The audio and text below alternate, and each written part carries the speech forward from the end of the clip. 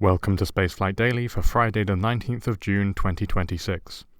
An international fleet of missions are set to visit the near-Earth asteroid Apophis ahead of its very close approach to Earth in April 2029, with Japan, Europe and the United States all sending spacecraft to observe the 450-meter-wide rock that caused a serious impact scare back in 2004, but now has a 0% chance of hitting Earth. Now a group of students from Tsinghua University in China are throwing their hat in the ring too.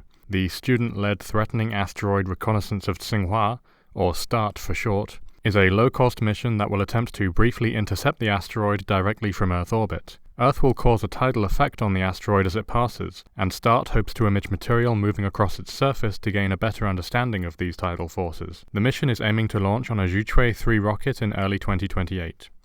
The European Space Agency have revealed that they aborted a drop test of their prototype Space Rider uncrewed spaceplane back in May due to an anomaly. During the test, a full-scale prototype of the spacecraft was meant to be dropped from a Chinook helicopter and brought to a safe landing under its parafoil, but something went wrong and now they are planning to try again no earlier than October.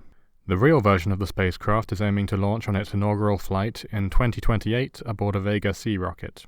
There was one launch today, a Falcon 9 out of Vandenberg, California at 0850 UTC, 1:50 AM local time. This was the third flight of this particular first-stage booster, which performed a boost back burn and landed back at Vandenberg. The classified payload, NROL-179, was an undisclosed number of small spy satellites for the U.S. National Reconnaissance Office, part of its proliferated architecture constellation in low Earth orbit. That's all for today.